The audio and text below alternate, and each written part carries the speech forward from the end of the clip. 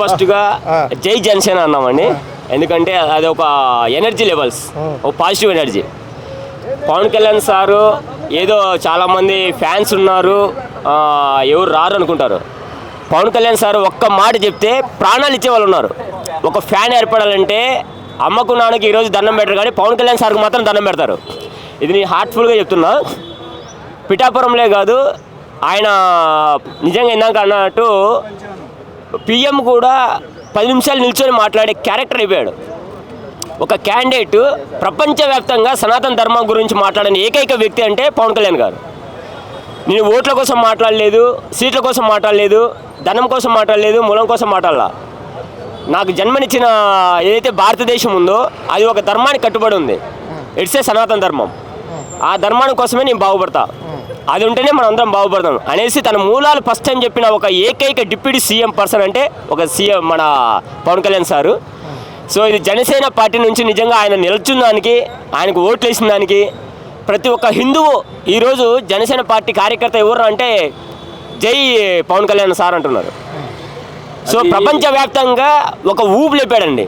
ఈరోజు ఎవరైనా ఫస్ట్ ఓడిపోతారు గెలుస్తారు అది కాదు, ఎవరైతే స్టాండర్డ్గా నిలబడ్డారో మొత్తం ప్రపంచం మొత్తం వరల్డ్ వైడ్ ఒక పవన్ కళ్యాణ్ గురించి మొత్తం ఈరోజు సనాతన ధర్మం గురించి మాట్లాడుతున్నారు. అలాగే నెక్స్ట్ టైం కూడా ఆయన ఇంకా కొన్ని సీట్లు వేసి ఇంకా చాలామంది పబ్లిక్ కోసము ఆయన ప్రజాసేవ చేస్తున్నాడు. మనం కూడా ఆయన బాటలో నడుద్దాము. సో అలాంటి వ్యక్తి బ్లడ్లో ఒక డ్రాప్లో మనం భాగమైతే చాలు. ఇది హార్ట్ఫుల్గా చెప్తున్నాను. మనంతా హిందూ ధర్మమే, అలా బ్లడ్లో మనకు ఒక డ్రాప్ కలిస్తే చాలు. ఆయన ఎవరిని ఊహించాడు, ఆయన ఏదో జనాన్ని వేసుకొని వస్తున్నారు, లేకుంటే నేను నిల్చుంటాను జనం కోసం బతాను నన్ను చూసి ఓట్లు వేయండి అన్నాడు. ఆయన ఒకటే అంటాడు, మీకోసం నేను ప్రాణాలు ఇస్తా, మీరు నా కోసం నిలబడండి చాలు, నేను ఎంత దూరమైనా ఫైట్ చేస్తా. ఇదే సనాతన ధర్మము, ఇదే పవన్ కళ్యాణ్ జనసేన ఆయన కట్టుబాటు నిర్మించుకున్న ఒక ఆశయం.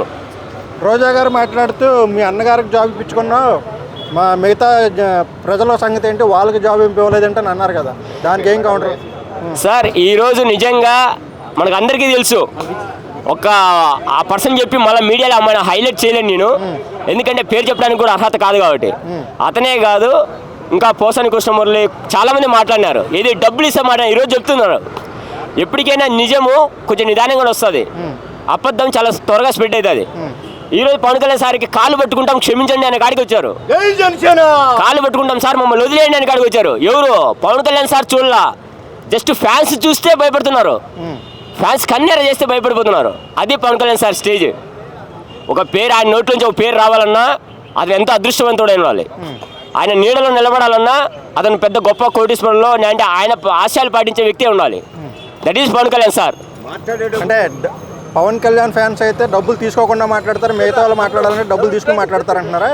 ఇప్పుడే చెప్పాను కదా సార్, క్వశ్చన్స్ వెరీ ఇంపార్టెంట్. మీరు వేసే ప్రతి క్వశ్చన్కి మా దగ్గర ఆన్సర్ ఉంటుంది.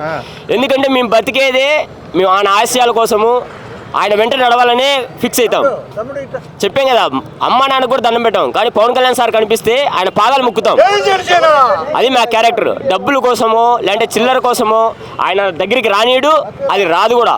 ఈరోజు చెప్పాడు, ఒక్క షూటింగ్ జస్ట్ 1 నిమిషం వస్తే చాలు, ఆయన రోజుకు 1 నిమిషం వస్తే చాలు 10 కోట్లు వస్తాయి. ఆయన 40 రోజులు ఇస్తే 4,000 కోట్లు ఇచ్చేవాళ్ళు, 4,000 కోట్లు ఇచ్చేవాళ్ళు కూడా రెడీగా ఉన్నారు.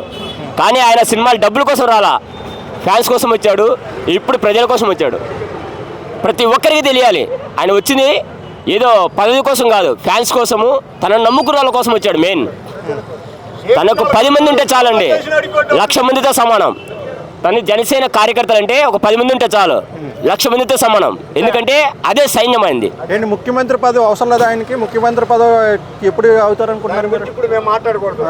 అవన్నీ మనం మాట్లాడలేదు సార్, అదే అంతా నిజంగా ఆయన స్టైలు ఆయనది, ఆయన గురించి మాట్లాడకూడదు. పదవుల గురించి మాట్లాడలేదు మేము, ఆయన వ్యక్తిత్వం గురించి, ఆయన నడిచే బాట గురించి మాట్లాడుతున్నాము. సో అందరికీ దయచేసి ఏంటంటే ఆయన బాటలో నడుద్దాం, ఆయన వెనకలో ఉందాము. మనకు ప్రాణాలు ఇస్తాడు, మనం ఆయన కోసం ప్రాణాలు ఇద్దాం. ఇదే జై జనసేన.